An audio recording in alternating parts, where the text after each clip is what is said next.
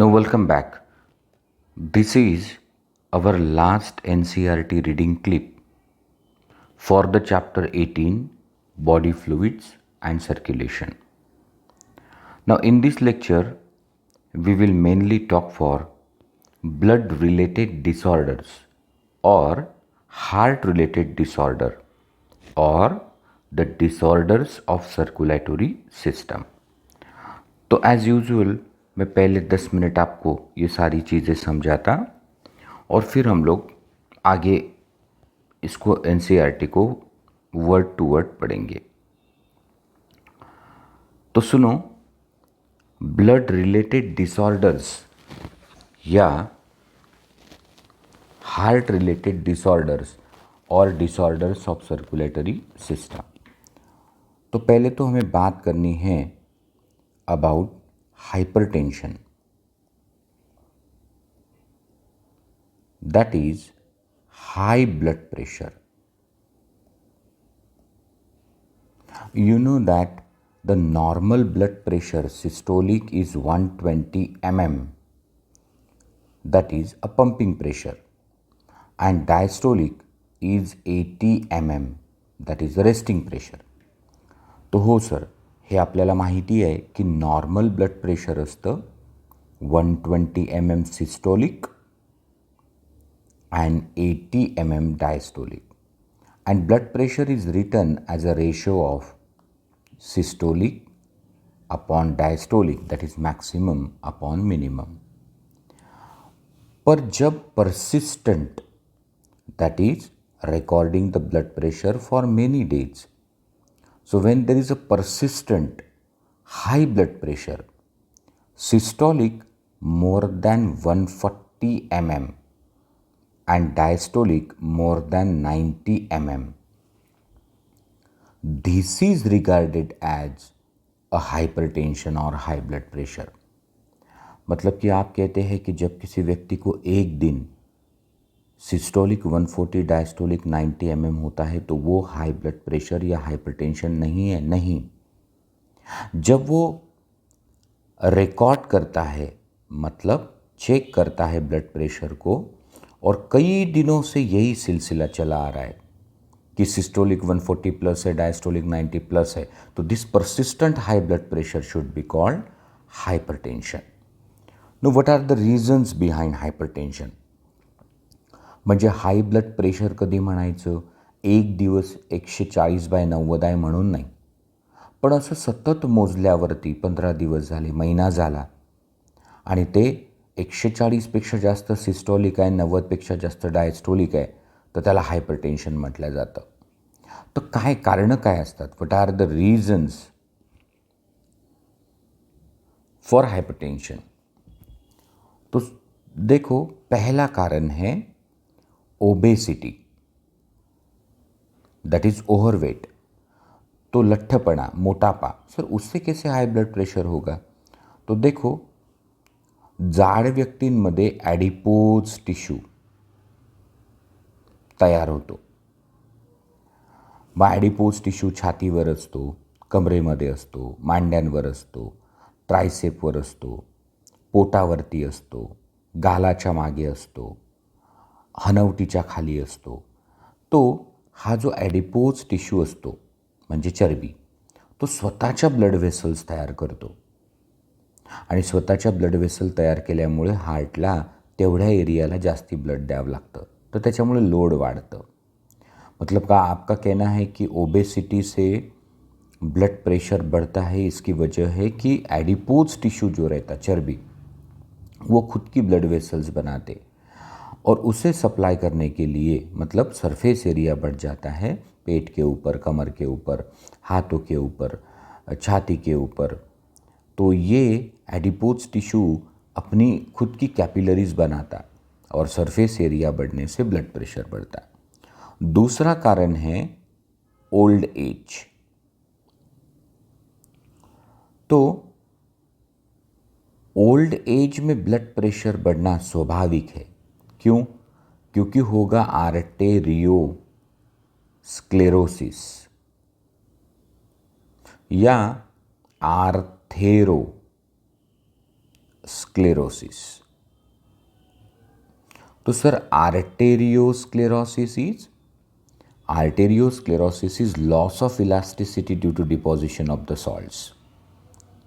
मतलब blood vessel के अंदर से सॉल्ट्स एकत्रित होने से उसमें से इलास्टिसिटी चली जाती। और आर्थेरोस्क्लेरोसिस माने उसका जो ल्यूमेन है, अंदरूनी जगह, तो देखो ये अंदरूनी जगह अब कम हो गई है। यहाँ देखो जगह कितनी थी, यहाँ देखो जगह कितनी है, और ये नैरोविंग हो गया है, ये प्लाक यहाँ पे खपली आ गई है। तो this is narrowing of the lumen due to deposition of cholesterol and fat called atherosclerosis. इसकी वजह से होता है। तीसरा है डाइट की वजह से। सिर्फ if someone consume a cholesterol and fat rich diet, तो फिर तो उसको हाई ब्लड प्रेशर होगा। चौथा कारण हो सकता है bad habits like smoking and alcoholism. So sir smoking से हाई ब्लड प्रेशर क्यों होगा? क्योंकि carbon monoxide binds haemoglobin and oxygen carrying capacity of the blood is reduced, and hence RBC production increases, that increase the viscosity and increases the blood pressure. म्हणजे जे धूम्रपान करणारे लोक असतात तर कार्बन मोनॉक्साईड जो असतो तो हिमोग्लोबिन त्याच्यासोबत एक स्टेबल कंपाऊंड बनवतो आणि मग ऑक्सिजन घेऊन जाण्याची क्षमता कमी होते रक्ताची, आणि मग नवीन RBC प्रोडक्शन होतं. RBC वाढल्या की पॉलीसायथेमिया होतो, रक्त घट्ट होतं आणि म्हणून ब्लड प्रेशर वाढतं. मतलब आप कहते हैं कि जो स्मोकर्स रहते वो कार्बन मोनॉक्साइड इनहेल कर जाते और हीमोग्लोबिन कार्बन मोनॉक्साइड को पकड़ लेता और हीमोग्लोबिन की ऑक्सीजन बाहर ले जाने की क्षमता कम हो जाती, और शरीर को तो ऑक्सीजन चाहिए. ऐसे में हमारा शरीर और RBC प्रोडक्शन करता है, तो फिर पॉलीसाइथेमिया होगा, माने खून गाढ़ा हो जाएगा और ऐसा खून अधिक प्रेशर डालेगा. So obesity, old age, the cholesterol fat rich diet, bad habits, और क्या कारण हो सकता है हाइपरटेंशन का? So vasoconstriction. So vasoconstriction माने मेडुला में वैसोमोटर सेंटर है, वहाँ कुछ गड़बड़ी हो जाए और वेसल्स कॉन्स्ट्रिक्ट हो जाए तो वैसो कॉन्स्ट्रिक्शन से हाई ब्लड प्रेशर होगा. सो लठ्ठपणा, म्हातारपण, डायट, चुकीच्या सवयी, वॅसो कॉन्स्ट्रिक्शन हे काही कारणं असू शकतात हाई ब्लड प्रेशरचे. तो हाई ब्लड प्रेशर से क्या होगा? So what are the effects of high blood pressure? तो एक होगा headache. So high blood pressure से सिर दर्द होता है. दूसरा, तो अगर 220/120 तक अगर ब्लड प्रेशर हाई हो गया तो कॅपिलरी इतना दबाव सहन नहीं कर सकते. म्हणजे एखाद्याचं ब्लड प्रेशर वाढून वाढून 220/120 जर झालं ना तर त्याच्या ब्लड कॅपिलरीज ब्रेनमधल्या फुटतात आणि त्याला स्ट्रोक होतो, ज्याला हीमोरेज म्हणतात. म्हणजे internal bleeding of the brain. आपल्याकडे त्याला ब्रेन हॅमरेज झाला असं म्हणतात. सो त्याच्यामुळं मग होतो पॅरालिसिस. म्हणजे ब्रेनच्या सेंटरमध्ये ब्लड क्लॉट बनली तर पॅरालिसिस होतो. रेटिनल ब्लड व्हेसल जर रप्चर झाल्या तर मग ब्लाइंडनेसही येऊ शकतं. सो हे कारण असतात हाय ब्लड प्रेशरचे. So this is one of the blood related disorder और डिसऑर्डर ऑफ सर्क्युलेटरी सिस्टम. तो याच्या उलटं आपण हायपोटेन्शन या लो बीपीला सुद्धा म्हणू शकतो डिसऑर्डर. तो सर ये जो लो ब्लड प्रेशर होता है so that is hypotension.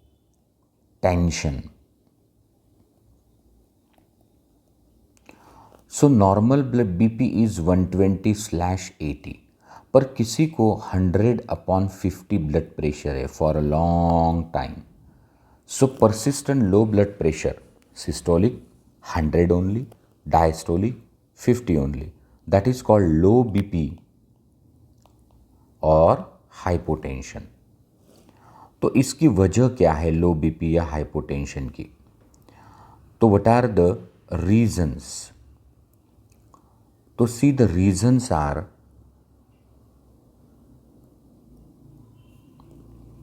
One, low built म्हणजे रोड कृश लोक, बारीक लोक, त्यांना लो बीपी असतो. सेकंड हो सकता लो प्रोटीन डाइट. थर्ड हो सकता एनीमिया.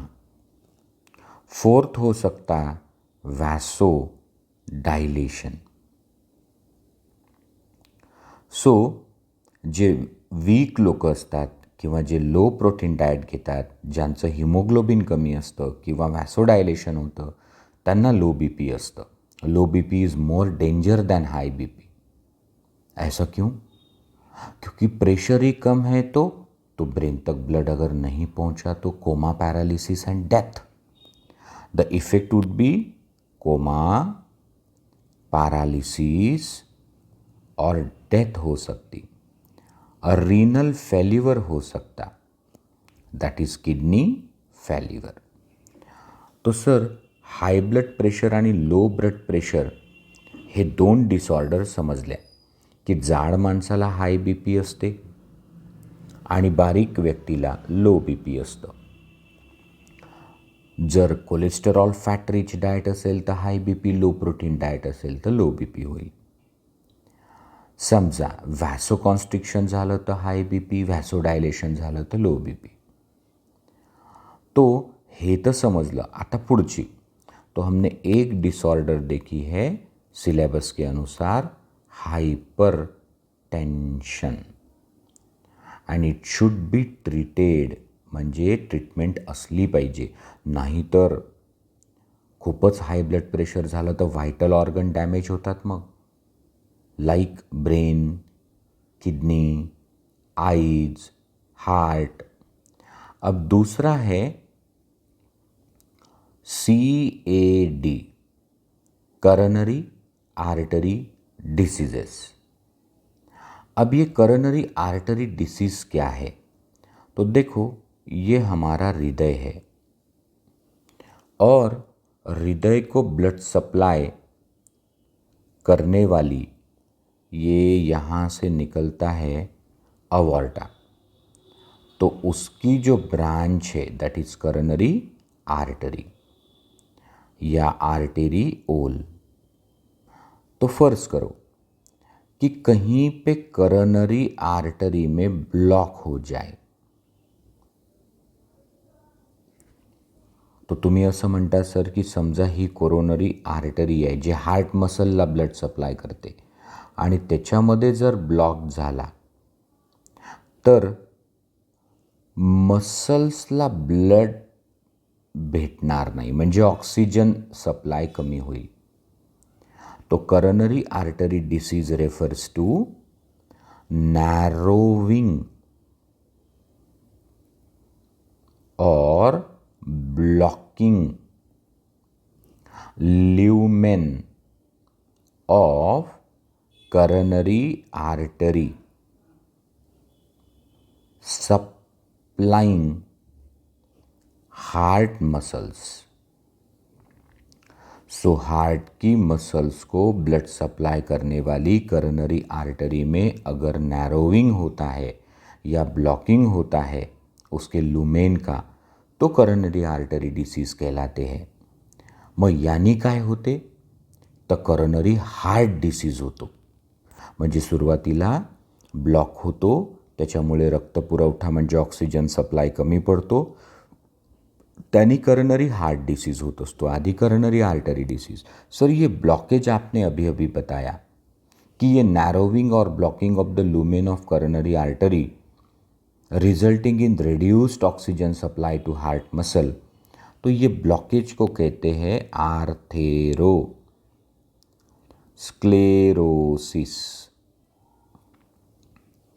और ये ब्लॉकेज को एंजियोग्राफी से नापा जा सकता कि कितने % ब्लॉक है।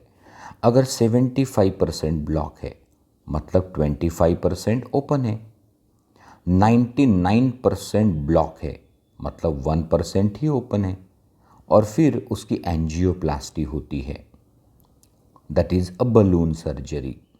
मतलब कि एक कैथेटर छोड़ा जाता है और वो बलून जो रहता वो स्वेल हो जाता। तो मैं अपनी लेक्चर में इसके बारे में विस्तार से बताऊंगा, हमें तो सिर्फ अभी NCERT बुक पढ़नी है। तो सर, करोनरी आर्टरी डिसीज म्हणजे हृदयाला रक्तपुरवठा करणाऱ्या करोनरी आर्टरीचं लुमेन जर ब्लॉक झालं, नॅरो झालं, तर मग हृदयाच्या स्नायूला ऑक्सिजनचा सप्लाय कमी होतो, त्याला करोनरी आर्टरी डिसीज होतात. करोनरी आर्टरी डिसीजमुळे कोरोनरी हार्ट डिसीज होतात. तो सर, इसके सिम्टम्स क्या है? तो सुनो, ये डिग्री ऑफ ब्लॉकेज कितना है? फर्ज करो कि 75% ब्लॉकेज है, मतलब 25% ब्लड सप्लाई हो रहा है, तो माइल्ड सिम्टम आएंगे जिसे कहते अंजाइना पेक्टोरिस म्हणजे चेस्ट पेन, और आराम करने से ठीक हो जाएगा. तो सर, अंजाइना पेक्टोरिस म्हणजे चेस्ट पेन. क्यों हुई chest pain? Reduced oxygen supply to the heart muscle. तो हार्ट मसल को रिड्यूस ऑक्सीजन सप्लाई क्यों हुआ? Because of narrowing of its lumen. म्हणजे करोनरी आर्टरी डिसीज असल्यामुळे त्याला अँजायना पेक्टोरिस झाला. मराठीमध्ये करोनरी आर्टरीचं लुमेन कमी झाल्यामुळे ऑक्सिजनचा पुरवठा कमी झाल्यामुळे हृदयाचे स्नायूला ऑक्सिजन कमी भेटला आणि त्याच्यामुळं छातीत वेदना होतात, त्याला अंजाइना पेक्टोरिस होतात, और वो ऑटोमेटिक सबसाइड होती है आराम करने से. पर अगर वो अनडिटेक्टेड रहा, ब्लॉकेज बढ़ते गया, तो फिर हार्ट अटैक भी आ सकता है. अब फर्ज करो कि 99% ब्लॉकेज है, 1% ओपन है, तो हमारी हृदय की मसल्स को ऑक्सीजन सप्लाई कट ऑफ हो गया, तड़प रही वो मसल, तो फिर उतनी मसल मर जाएगी. हार्टच्या तेवढ्या मसल मरून जातील ज्या पुन्हा बनत नसतात. तो याला म्हणतात मायोकार्डियल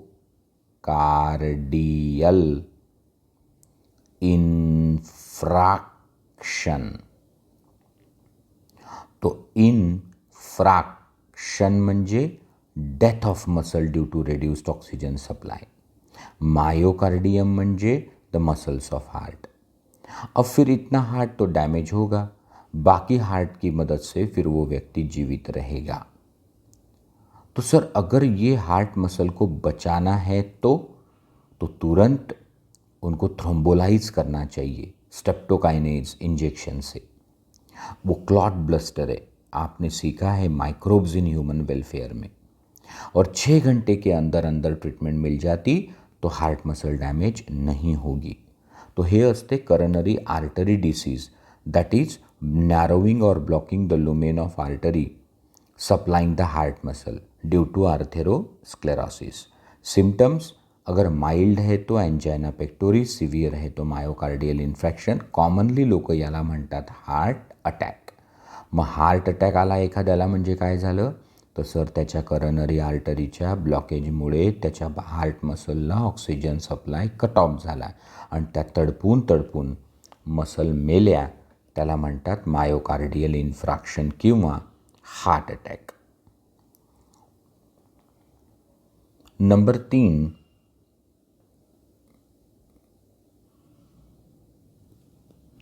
सो तिसरी डिसऑर्डर है अंजाइना म्हणजे पेन, पेक्टोरिस म्हणजे चेस्ट मसल्स. सो अंजाइना पेक्टोरिस म्हणजे सिंपली चेस्ट पेन. तो ये चेस्ट पेन कहाँ कहाँ होती?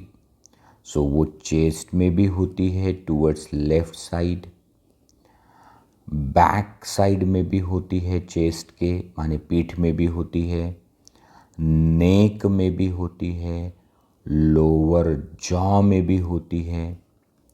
तो in angina pectoris the pains are in left side of the chest, back side, neck, lower jaw. पर ये पेन्स क्यों हुई? Because of coronary artery disease. म्हणजे ज्या कोरोनरी आर्टरी हार्टच्या मसलला सप्लाय करतात त्याचं लुमेन झालं नॅरो, तो रिड्यूस ब्लड सप्लाई झाला और रिड्यूस सप्लाई होने से फिर पेन्स होने लगी। ऐसा तब होता है जब कोई strenuous that is hard work करते हैं। मतलब कोई हमारी आपके पिता की उम्र का व्यक्ति है जिनकी उम्र 55 साल से 60 साल के आसपास है या फिर 50, 55, 60 के आसपास है और उनको ऐसा ब्लॉकेज है, समझो 50% है, और इस ब्लॉकेज की वजह से सप्लाई रिड्यूस हो जाता। सप्लाई रिड्यूस होने की वजह से, और उन्होंने तो स्ट्रेनस या हार्डवर्क किया, तो अशा कठीण कामाच्या वेळी जास्त हार्ड ब्लड मागते, तर त्यावेळी चेस्ट पेन होतो आणि मग आराम केला की त्या निघून जातात। But they should not be ignored. उस व्यक्ति ने तुरंत एंजियोग्राफी कर लेनी चाहिए। तो दिस इज अंजाइना पेक्टोरिस। अब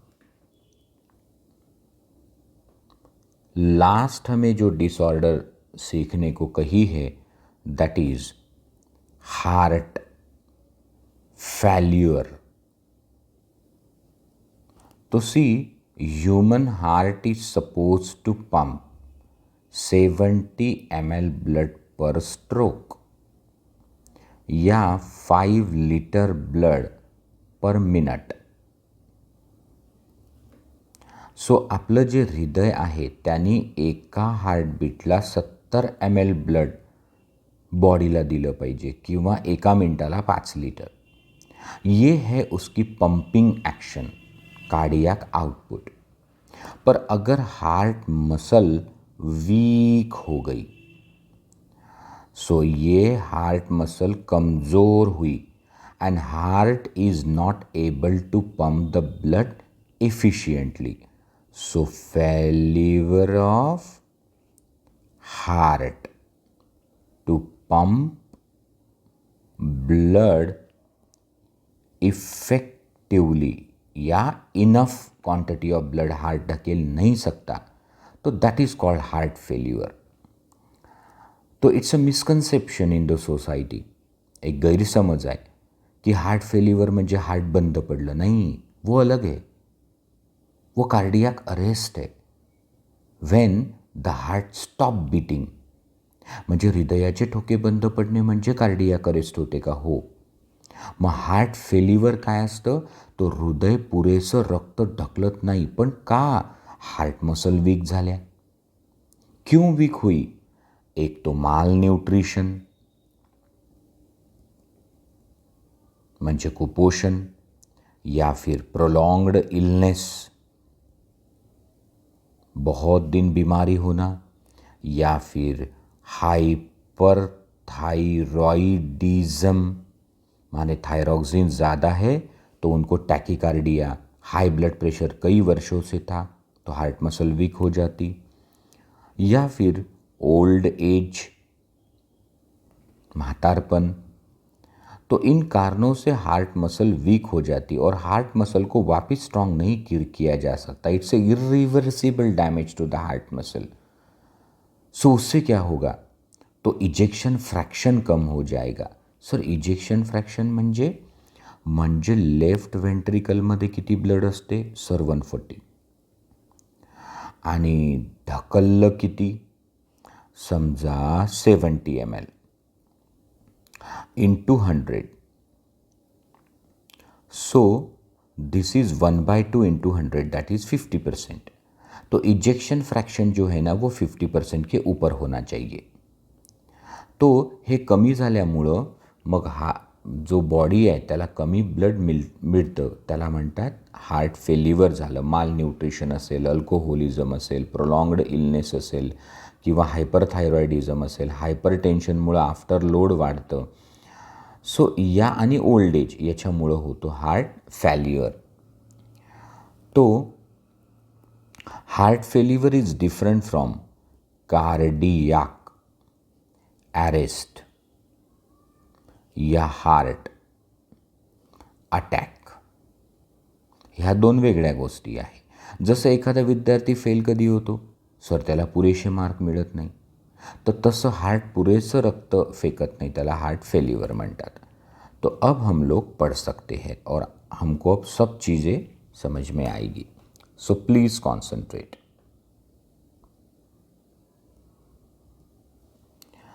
So disorders of circulatory system. Number 1, high blood pressure or hypertension. So hypertension is the term for blood pressure that is higher than normal. 120/80 is normal. उससे अधिक अगर है तो it is called hypertension. In this measurement 120 mm of mercury column is systolic pressure or pumping pressure and 80 mm is diastolic or resting pressure. If repeated check of blood pressure of an individual is 140/90, so systolic 140 आणि त्याच्यापेक्षा जास्त, diastolic 90 पेक्षा जास्त, और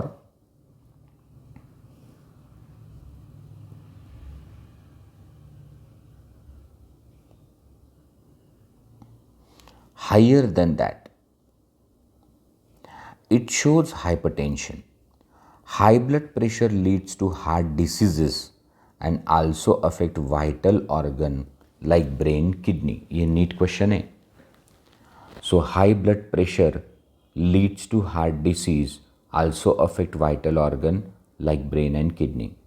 Number 2, CAD, coronary artery disease. Coronary artery disease often refers to atherosclerosis, that is narrowing or blocking of the lumen of coronary artery. Affect the vessel that supply blood to heart muscle. So coronary artery disease often referred to atherosclerosis, which affect the vessels supplying the heart muscle. It is caused by deposits of calcium, fat, cholesterol, fibrous tissue, which makes the lumen of artery narrower. और degree of blockage decide करेगा. कम blockage है तो angina, अधिक है तो heart attack. अब तीसरा है angina. It is also called angina pectoris. A symptom of acute chest pain appears when no enough oxygen is reaching the heart muscle. Angina can occur in men and women of any age. पुरुष महिला दोघांनाही होतो. But it is more common among middle-aged and elderly person. It occurs due to condition that affect blood flow. म्हणजे blood flow affect कोण करतं? coronary artery disease. Last is heart failure. So heart failure means a state of heart when it is not pumping blood effectively enough to meet the needs of body. जेव्हा हृदय आपली जेवढी गरज आहे त्याच्यापेक्षा कमी रक्त ढकलतं, हमारी ज़रूरतों से कम खून हमारा हृदय जब ढकेलता तो उसे हार्ट फेल्यूअर कहते. It is sometime called congestive heart failure. तो सर याला कंजेस्टिव्ह हार्ट फेल्युअर का म्हणतात? कारण लंग्समध्ये कंजेशन झाले की हार्ट फेल्युअर होतो. So sometimes called congestive heart failure because congestion of the lungs is one of the symptom of this disease. Heart failure is not same as cardiac arrest. मग cardiac arrest म्हणजे when the heart stop beating, उससे ये अलग है. It is different from heart attack when heart muscle suddenly damage by inadequate blood supply, उससे ये अलग है. अब यहाँ देखो हमने पूरा टॉपिक पढ़ लिया है. ये भविष्य में भी आपको काम में आएगी क्लिप्स, आखिरी में जब आप परीक्षा के वक्त रिवीजन करते हो या पेपर के वक्त या टेस्ट के वक्त. Thank you.